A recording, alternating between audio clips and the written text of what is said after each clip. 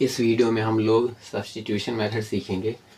देखिए, कोई भी linear equation in two variable अगर हो तो उसको सॉल्व करने के लिए बेसिकली 3-4 मेथड होते हैं, लेकिन आपके सिलेबस में 3 ही मेथड दिया गया है। पहला मेथड जो हम लोग सीख चुके हैं, ग्राफिकल मेथड।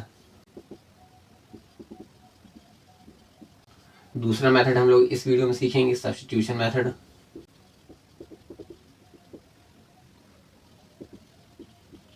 उसके बाद हम लोग सीखेंगे एलिमिनेशन मेथड।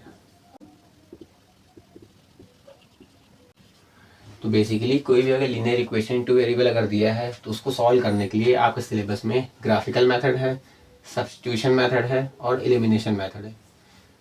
अगर इस इक्वेशन को हम लोग ग्राफिकल मेथड से सॉल्व करते हैं तो x की जो वैल्यू आएगी और y की जो वैल्यू आएगी वो इससे भी वही आएगा जो इससे आएगा, और जो इससे भी वही आएगा वही इससे आएगा, मतलब तीनों से सेम आएगा, कोई डिफरेंस नहीं है।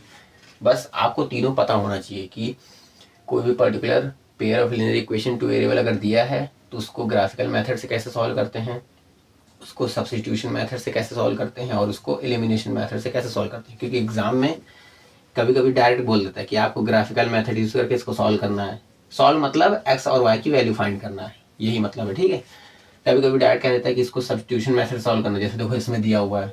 कभी कभी कह देता है कि एलिमिनेशन मेथड सॉल्व करो, और कभी कभी कुछ नहीं कहता है, बस डायरेक्ट कहता है इसको सॉल्व करो। सॉल्व मतलब एक्स की वैल्यू फाइंड करो और वाई की वैल्यू फाइंड करो। तो आप फ्री हो, तो आप चाहे इसको यूज़ कर सकते हो या तो आप इसको यूज़ कर सकते हो, आप या तो इसको यूज़ कर सकते हो। इसीलिए आपको तीनों पता होना चाहिए और इन तीनों में से कोई एक मेथड आपको बहुत अच्छे से आना चाहिए। क्योंकि मान लीजिए अगर एग्जाम में कह दिया आप फ्री हो, कोई भी मेथड यूज़ कर सकते हो, तो जो मेथड आपको अच्छे से आता रहेगा वही अप्लाई करके सॉल्व कर दो डायरेक्ट। तो आपको तीनों पता होना चाहिए और तीनों में से कोई एक मेथड आपको बहुत अच्छे से आना चाहिए, बहुत अच्छे से। तो चलिए इस वीडियो में हम लोग इसको पढ़ते हैं, क्या होता है, कैसे यूज़ करते हैं। चलिए फिर एग्जाम्पल 4 सॉल्व करते हैं। Solve the following pair of equations bye substitution method. यानी हमें pair of linear equation in two variable दिया हुआ है, इसको हमें सॉल्व करना है यूजिंग सब्स्टिट्यूशन मेथड। सॉल्व मतलब एक्स और वाई की वैल्यू फाइंड करना है। तो सॉल्यूशन लिखेंगे, जो भी इक्वेशन दिया पहले उसको लिख लेंगे। 7x minus 15y is equal to x plus 2y is equal to 3।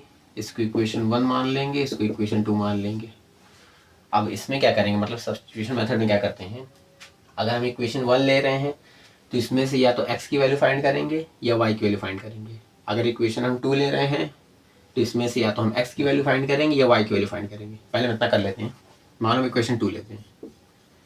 From equation 2 क्या है, x plus 2y is equal to 3। इसमें से या तो हम x की वैल्यू फाइंड करेंगे या y की वैल्यू फाइंड करेंगे। ज़्यादा आसान x की वैल्यू फाइंड करना है तो यही कर लेते हैं, x is equal to 3 minus 2y। अच्छा, ये इक्वेशन मतलब जो x की वैल्यू निकली है किस इक्वेशन से निकला, इक्वेशन 2 से। तो इस x की वैल्यू को फिर इक्वेशन 1 में रखेंगे। मतलब अगर मान लो हम इक्वेशन 1 लिए होते तो यहाँ से अगर मान लो हम x की वैल्यू फाइंड करे होते तो फिर इस x की वैल्यू की इक्वेशन 2 में रखते, इक्वेशन 1 में नहीं रखेंगे। इसी तरह अगर इक्वेशन 2 में से हम लोग x की वैल्यू फाइंड करें, अगर मान लो y की वैल्यू फाइंड करे होते तो इसको इक्वेशन 1 में रखते। अगर मान लो इस वैल्यू को जो इक्वेशन 2 से हम निकाले हैं वापस इसी में रख दो तो क्या हो जाएगा, देख लेते हैं एक बार। जहाँ x है वहाँ ये आ जाएगा, मतलब इसकी जगह ये x की जगह रख दे रहे हैं। देखो x plus 2y is equal to 3 था, x की जगह ये आ जाएगा 3 माइनस 2y। ये कैंसिल, कुछ बचा ही नहीं। इसीलिए हम लोग इक्वेशन 2 से जो भी वैल्यू निकालेंगे उसको इक्वेशन 1 में रखेंगे। अगर इक्वेशन 1 से जो भी वैल्यू निकालेंगे, मतलब x की वैल्यू निकाले या y की वैल्यू निकाले, उसको इक्वेशन 2 में रखेंगे। अगर नहीं करेंगे फिर यही हाल होगा, ठीक है। तो ये इक्वेशन 2 से x की वैल्यू निकालें, इसको इक्वेशन 1 में रखेंगे।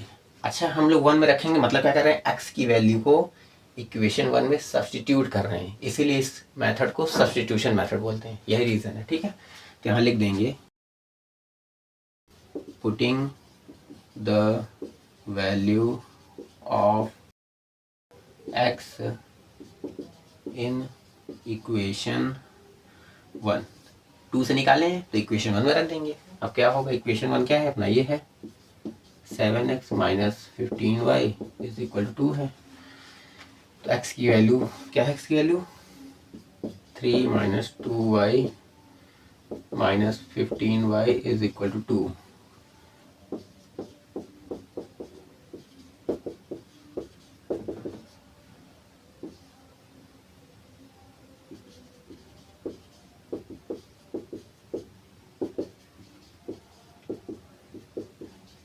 तो यहाँ से y की वैल्यू कितना आ जाएगा, -19/29। अच्छा माइनस में से ही काट दे रहा, माइनस में से ही कैंसिल कर दे रहा, तो ये माइनस आएगा नहीं, यानी y की वैल्यू कितना आ गया, 19/29। अब इस y की वैल्यू को आप चाहे तो इक्वेशन 1 में रखो चाहे इक्वेशन 2 में रखो, कोई दिक्कत नहीं होगा। मान लो हम इक्वेशन 2 में रख दे रहे हैं। हम इक्वेशन 2 में क्यों रख रहे हैं, क्योंकि थोड़ा ईजी है। अगर इसमें भी रखोगे तब भी x की वैल्यू सेम आएगा, इसमें रखोगे तब भी x की वैल्यू सेम आएगा, लेकिन आपको उसमें रखना जो ईजी पड़े ताकि आप जल्दी सॉल्व कर लो। तो y की वैल्यू मान लो हम इक्वेशन 2 में रखते हैं। फ्रॉम इक्वेशन 2, इक्वेशन 2 क्या है, x + 2y = 3, x + 2y की वैल्यू कितना है, 19/29, 3x = इसको इधर लेके जाते हैं और इसका गुणा इसमें कर देता हूँ, 19 38 हो जाएगा, 29।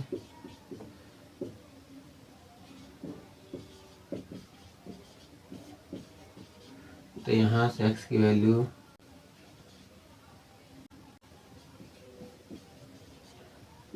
ये आया और y की वैल्यू ये आया, यही आपका आंसर आएगा। अगर मान लो इसी इक्वेशन में शुरुआत में क्या करते हैं, इक्वेशन 2 लिए होते, यहाँ से हम या तो x की वैल्यू निकालते या y की वैल्यू निकालते, फिर इसको इक्वेशन 1 में रखते, सॉरी इक्वेशन 2 में रखते, इस तरह सॉल्व करते, तब भी y की वैल्यू यही आएगा, x की वैल्यू यही आएगा।